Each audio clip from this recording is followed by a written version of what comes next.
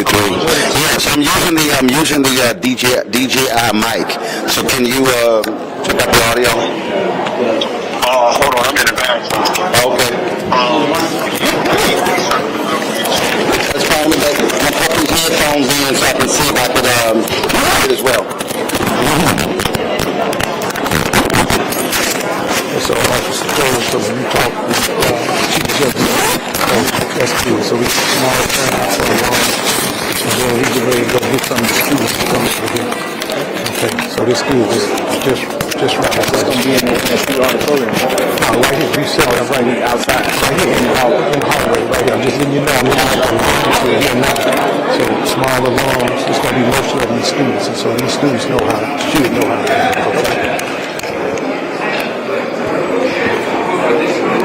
Hold on, Cannon.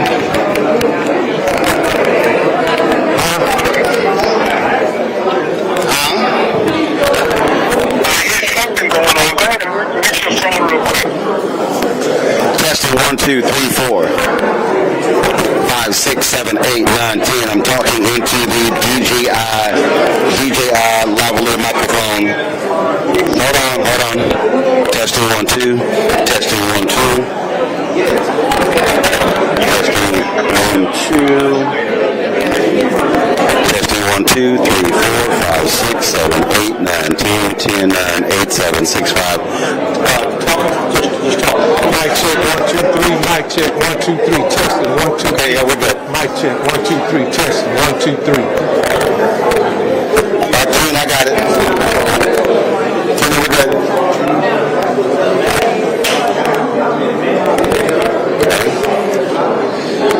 Ready? Let me get back to students. Come on, Frank. You know how to start lining. You ready? All right. Start lining up. We're ready. So we're going to get some of the students. Let's go get some of the students. We're ready to get started. So can you grab the students? How is the run of show? Excuse me? How's the run of show about to go? What you mean run show? Go and finna do everything. I'm going to make my presentation, and then I'm going to open it up to questions, and then that's it. Yeah, that's why I need to get some students.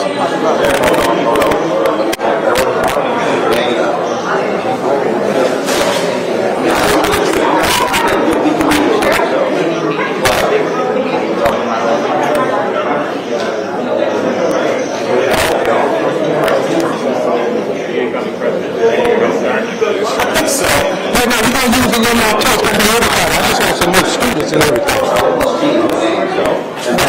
just want some more students. So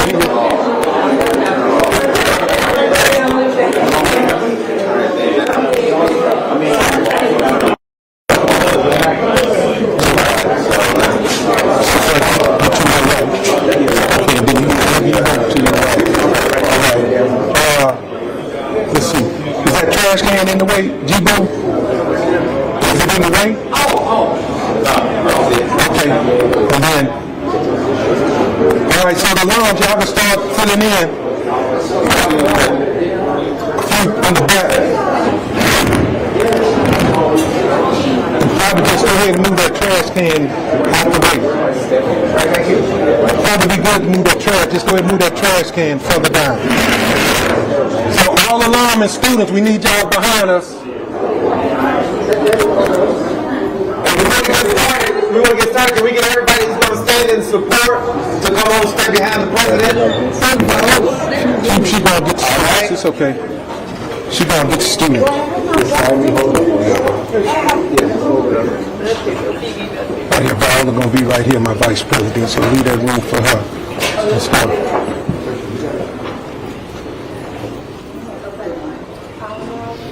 Make sure your phones are. Oh, yeah. Sorry, cell phones on, please.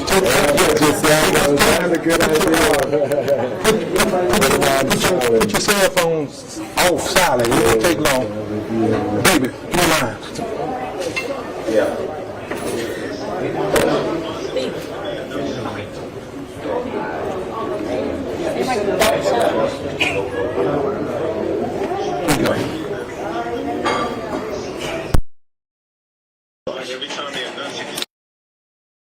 Alright, so I just unplug that, I'm going to boom it.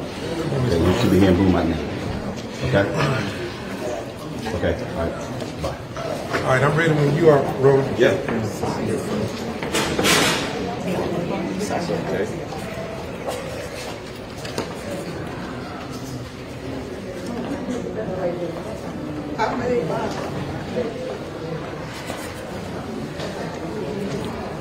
The SJ president, we'll get the SJ president in.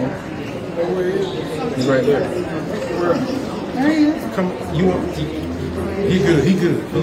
Let me know when you're ready, bro. We ready? Okay, ladies and gentlemen, welcome to this press conference hosted by the National Alumni Association of Prairie View A&M University. I am the national president, Mark Falls. Today we gather to issue a call to action to achieve equity and justice for Prairie View A&M University. As many of you know, Prairie View A&M University is a historic institution founded in 1876 as the Alta Vista Agricultural and Mechanical College for colored youth. Despite being designated an institution of the first class, according to the Texas Constitution, Prairie View A&M University continues to face systemic inequities that prevent it from reaching its full potential. The federal government committed to providing financial support to Prairie View A&M University so long as states match that level of support. Although our 1890 land grant university continues to produce productive people, the state of Texas fails to provide the same level of one-to-one matching dollars as compared to the University of Texas and Texas A&M University. The Texas Constitution specifies that the state's public universities are to be classified into 3 tiers, with the institution of the first class being the most prestigious. A public university that received this designation is supposed to meet certain criteria related to academic quality, research, and reputation. Although the Texas State Constitution does indeed place Prairie View A&M University on par with other Texas institutions of the first class, this has not been the case in practice. I'm sad to say that in 3 short years, Prairie View A&M University will be celebrating its 150-year anniversary, but it still lacks the proper funding, it still lacks the resources and representation necessary for building nationally ranked academic programs, securing Carnegie Level 1 research status and funding, and attaining quality facilities, equipment, and faculty. This is due to unequal treatment that Prairie View A&M University continues to receive from the state of Texas and the Texas A&M University system. A significant part of the problem is the governance structure under which Prairie View A&M University operates. In its 147 years of existence, this university has never had representation on the Texas A&M University System Board of Regents. Furthermore, the city of Prairie View has been chronically underdeveloped. If you've ever been to Bryan College Station and you compare Bryan College Station to Prairie View, you'll find out that the city of Prairie View has been chronically underdeveloped despite the Texas A&M University system owning a sizable portion of the surrounding land. This places an undue burden on the quality of life for students, faculty, and staff, and reduces the attractiveness of the campus for potential students and faculty. While some progress has been made, thanks to people like the late state legislator and friend of Prairie View A&M University, Wilhelmina Delco, there's still much work to be done.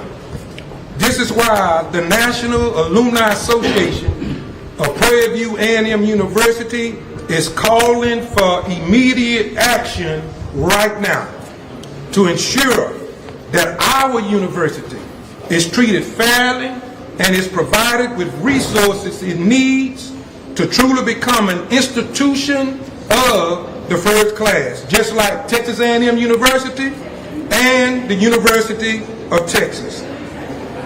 Towards this goal, the National Alumni Association of Prairie View A&M University will be creating a sesquicentennial commission to study the matter of Prairie View A&M University succeeding, separating from the Texas A&M University system as a potential step in the right direction. Right. The National Alumni Association also calls for the following actions, but not limited to. Number one, increasing funding for Prairie View A&M University that matches that of other Texas institutions of the first class. Number two, amending the state law to allow Prairie View A&M University to access 1/3 share of the available university funds interest from the permanent university fund. Most of you don't know, if you read the Texas State Constitution, there are only 3 first institutions. There are only 3 tiers. Texas, University of Texas, Texas A&M University, and Prairie View A&M University. For as the PUF fund, the interest on the PUF fund from the availability university funds, University of Texas get 2/3. Texas A&M get 1/3.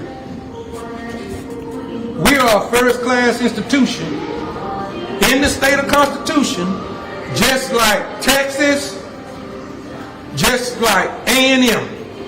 Number 3, ensuring permanent representation for Prairie View A&M University on the Texas A&M System Board of Regents and all relevant Texas A&M University System committees.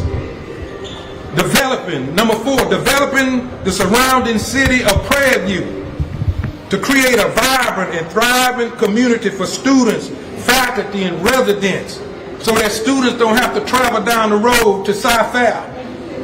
If you ever been to Bryan College Station, it looks like a miniature Houston, Texas, and it's the same land grant.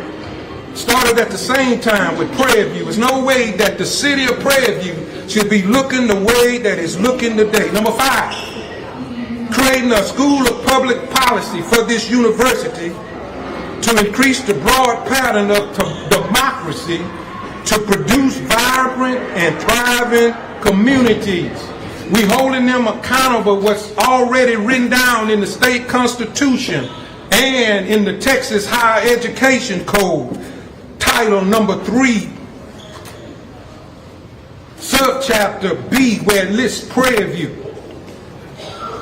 Number 6, investing in research and faculty development programs at Prairie View A&M University to promote innovation and technological advancement.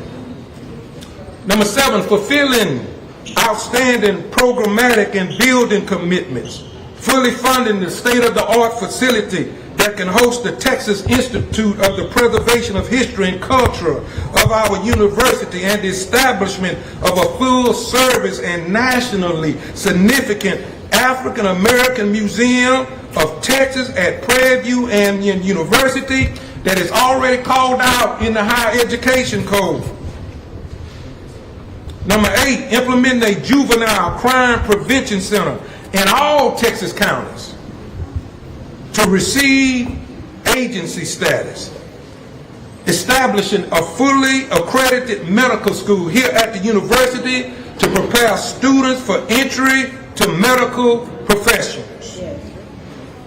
Number 10, carrying out the university's mission to support the black communities in the rural and urban areas. That's what Prairie View was created to do. Number 11, executing the university's original mission by making the extension program an agency and not a program. We have the agriculture extension program here. It should be an agency. If you're an agency, you can receive money through the government, allowing us to be in every county in the state. Number 12, and they're not limited to these actionable items, making Prairie View A&M University a Sea Grant, a Space Grant, and a technology institution of the first class. It amazed me, Texas A&M started at a land grant, but now they're a Sea Grant. They're a Space Grant. Well, Prairie View is a first class institution also. We are a flagship institution just like them. And so, as I come to a close, I want to thank alums who traveled far and near. I want to thank you students for sharing in this here National Alumni Association press conference. The National Alumni Association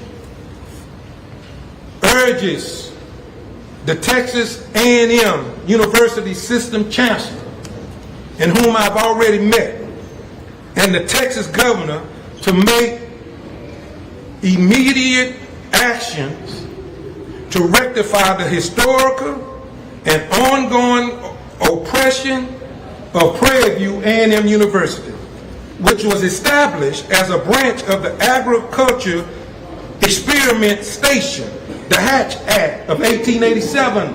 Most of y'all don't know Prairie View was an experiment. And as a land grant college of the Morrow Act in 1890, thus beginning the tradition of agriculture, research, and community service in the city of Prairie View, which continues today. The creation of a commission to study the matter of Prairie View A&M University, separating from the Texas A&M system, as well as our call to action list of demands are necessary to ensure that Prairie View A&M University can truly become a preeminent institution of the first class. Let me remind you what a little girl from Wheatley High School in 5th Ward, the last of 12 children who studied at Dillard and Harvard universities, who became the first African American president of an Ivy League institution, who also became the first African American woman to serve as president of Prairie View A&M University. I quote, Dr. Ruth Simmons said, "Fighting racism and discrimination and upholding justice must always be among our highest callings." So, alums, students, allies, it's time for us to seize the moment. I say it's time for us to seize the moment. Yes. I say it's time for us to seize the moment. Yes. I say it's time for us to seize the moment. Yes. And there's power. Listen to me. There's power in unity. That's right. Together we stand, but divided we fall. And so I want to keep this collective force going. They know that we're on the way. I've already met with Chancellor Shaw. The first meeting was very productive. Dr. Ruth is going to be able to sign the diplomas. Yes. Dr. Ruth is going to be here on commencement day.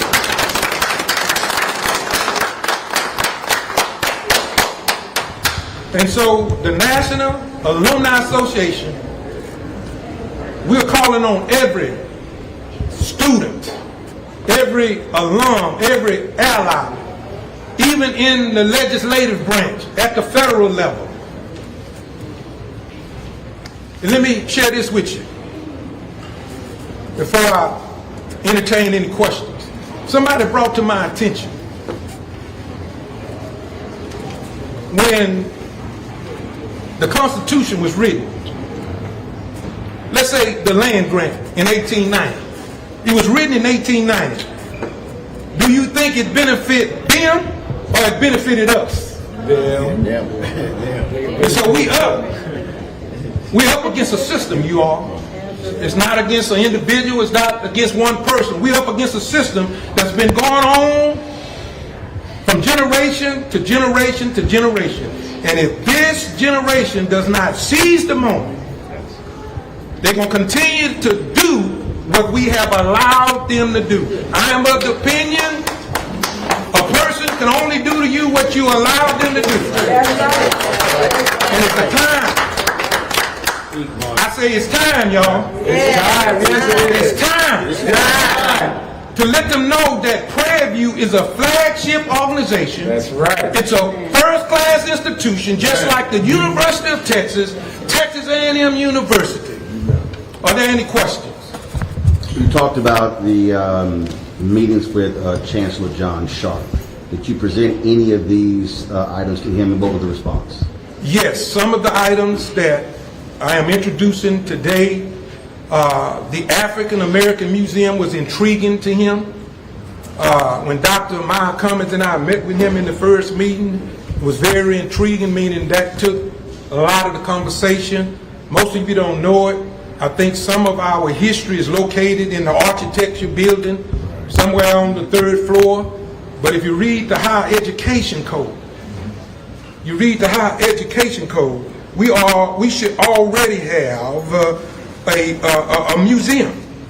And so it intrigued him. So that first meeting, we did not get any commitments. And that's what we need as we move forward, commitments. One thing he wanted me to share with you all, that when he died, he wrote on his epitaph that I love Prairie View A&M University. Show us the money.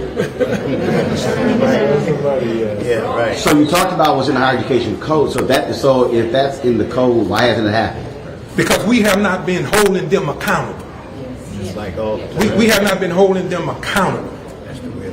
I'm talking about the National Alumni Association. Is our job, alums, to hold the university accountable, the A&M system accountable, and the state governor accountable. So we can't blame nobody but ourselves.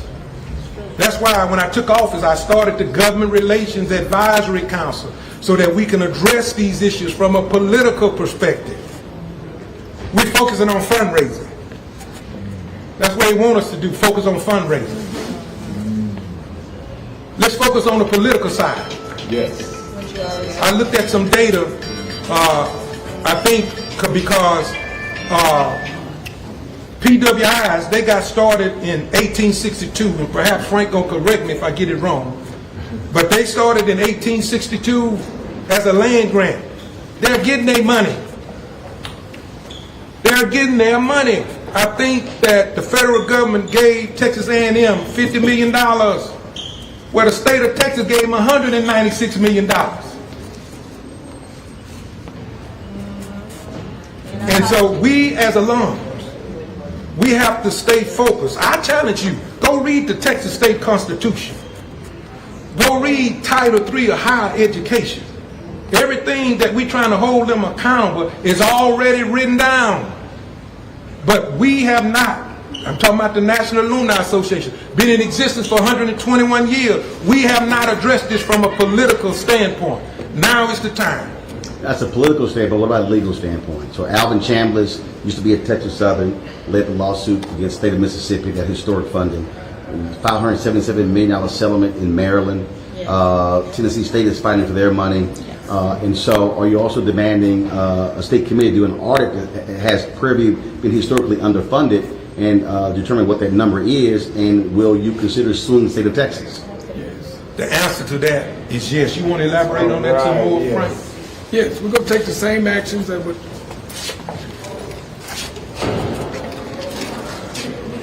Yes, the And national. close to watching, so state your name. My name is Frank Jackson. I serve as the government relations with the National Alumni Association. Go ahead. Yes, the National Alumni Association is committed to take whatever action is necessary for us to receive our fair funding. That includes legal action, just as we had to do during the OCR settlement agreement. And that yielded some returns on that action, but we need to go further and demand what we need to do. When we take this kind of legal action, we seem to get people's attention, and we start getting what's rightfully due for these students here at this great university. And for the folks who don't know about that OCR settlement, explain that. That's the Office of Civil Rights settlement. It was a settlement, and it came out of the Ayers case, and they said there were vestiges of de jure segregation still evident at both Prairie View and Texas Southern University, and they had to remove that, but they kind of did it in a roundabout way. They created programs, built buildings, and then we had to go and recruit students. We should now be at somewhere around 12,000 students in order to break even with the buildings and the programs that were created. And so we're trying to get this thing up front and deal with it before it even gets off the ground by getting the kind of money we need to do what it needs to be done to uplift this great university. And so when you're talking about, again, the level of resources, one of your demands is that potentially breaking apart from the A&M system. So would that mean having your own board of trustees, just like Texas Southern University? Yes, so stay right there, Frank. They can hear. So Dr. A.I. Thomas wrote a think tank policy back in the early 2000s, and the goal is that we're going to pull all the brightest minds of Prairie View that produces productive people, and we're going to do a think tank, and we're going to look at the advantage and the disadvantage of staying in the A&M system. Okay, got to look at the advantages and disadvantages of staying in the Texas A&M system. If we find out that the disadvantages outweigh the advantages, that's when legal pursuit will start, and we'll put together a plan on how we're going to separate from the system.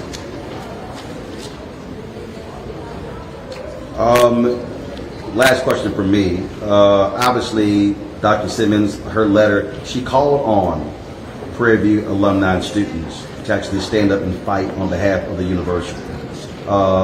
Moving forward, will you stay in contact with her to help shape and form this since she's no longer be affiliated with the university? So I want to share with everyone, Dr. Ruth the Truth is fully engaged. That's all I'm going to tell you. That's all I want to say. Dr. Ruth the Truth is fully engaged. And lastly, you say she'll be here at commencement, and when is that? May the 13th. Okay. May the 13th. That's it for me. Anyone have any questions? Yes, ma'am. I wanted to ask you, we have 3 of our former city mayors up here, and I think it was your tenet number 4 where you talked about the revitalization of the city. Mm-hmm. Well, I don't know, why is it a good idea for that to be presented from Texas A&M when every time they buy land in the city, it takes money, revenues, from our property tax rolls, because they don't pay property tax because they're a state entity, which means it diminishes the amount of revenues that the city has with no plan of making that up. So why is that why would we want Texas A&M to take on that obligation? Okay. Dr. Brown, let me answer that as I can. Prairie View A&M University is a land grant institution. As a land grant, they're supposed to be studying why. Why don't we have a grocery store? Why don't we have a bank in Prairie View? It's not that nobody tried. Every administration that I know of in this city since 1969 has tried to uplift the quality of life here at Prairie View. But for some reason, either redlining or otherwise, it just didn't happen. Look like development jumps all over us. And then we have not studied the situation enough to where we can say, is this by us reacting emotionally, or is it some planned event going on that we are unaware of? We know that when this university was established, it was deliberately placed out here in a rural area, in a hostile rural area. And it was here on an old plantation. And the people that established Prairie View, they were northern businessmen and the southern aristocracy. And they devised a way to use education as a technique for social control.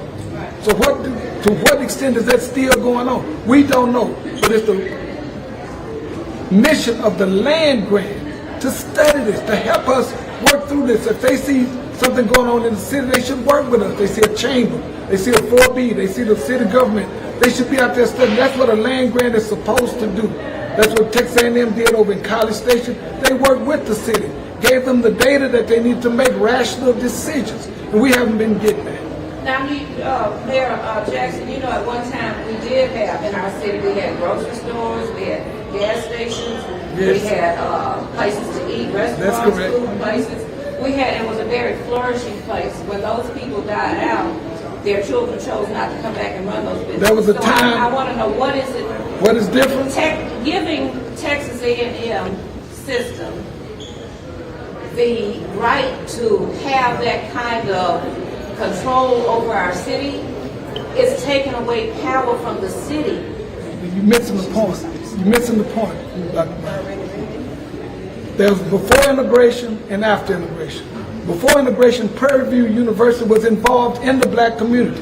We did the Interscholastic League. We had all of the schools come here. We had all of the doctors, the lawyers, and educators would come to Prairie View and consult on how to move not only this university, but people that had come out of bondage forward.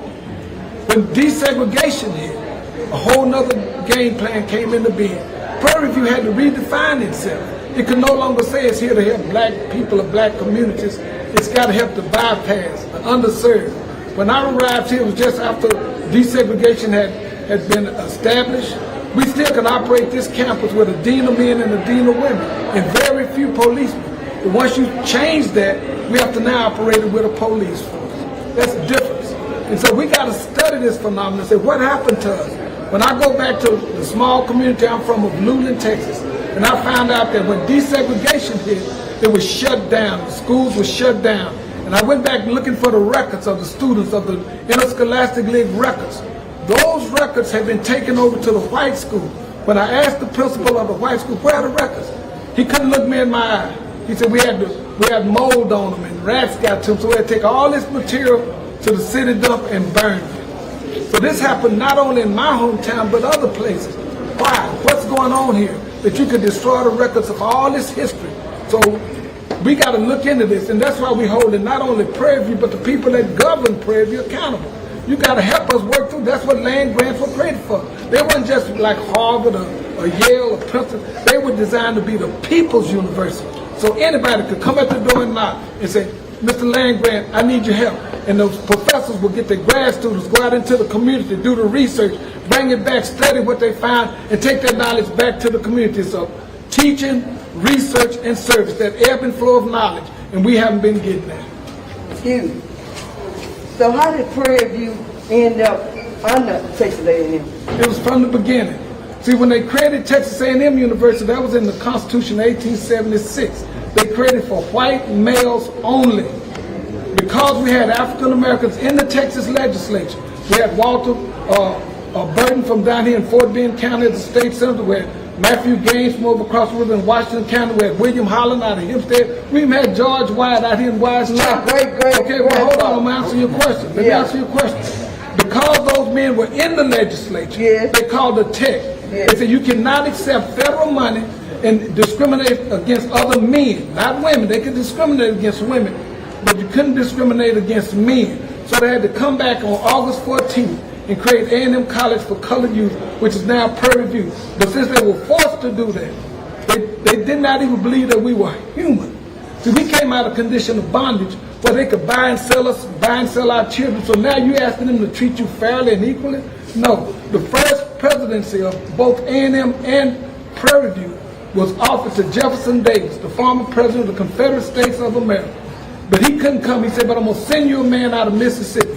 So he sent the former Grand Master of the Masonic Lodge of Mississippi, Thomas Garthright, who came into Texas as our first president of black schools. He told him to bring a colored man to be the principal of Prairie View. He brought L.W. Minor. So L.W. Minor, that street that runs in front of this very building we stand in, came on the recommendation of Jefferson Davis. But what about G.W. Wyatt? Elaborate on him. Well, we can talk about George Wyatt. George Wyatt was elected in the 1880s, but then there was a systematic process of running these guys out of office.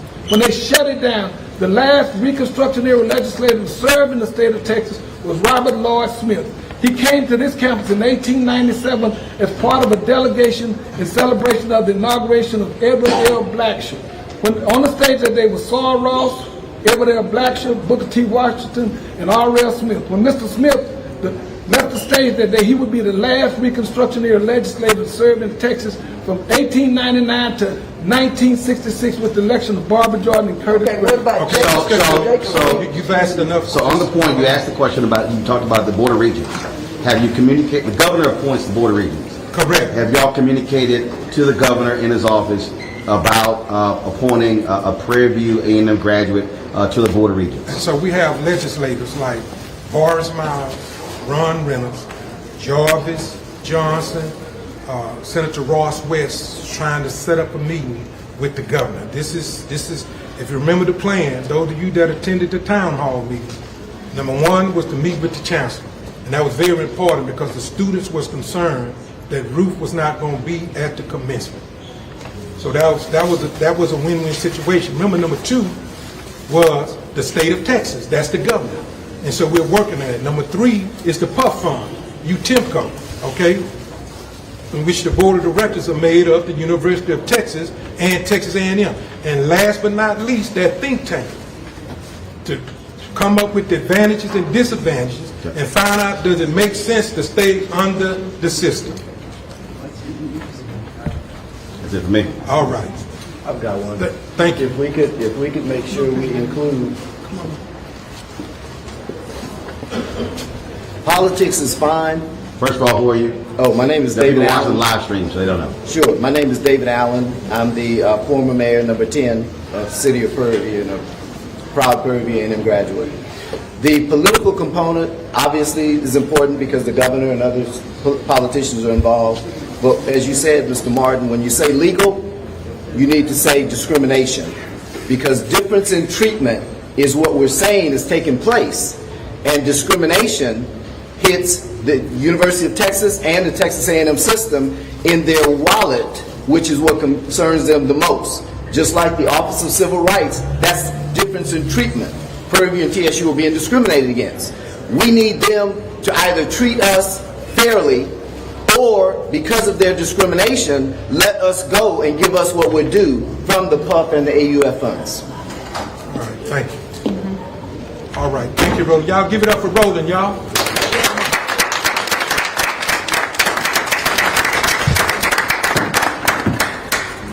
All right, so if you have, I mean, we offline now, so we still can entertain questions if you have any questions. Yes, ma'am.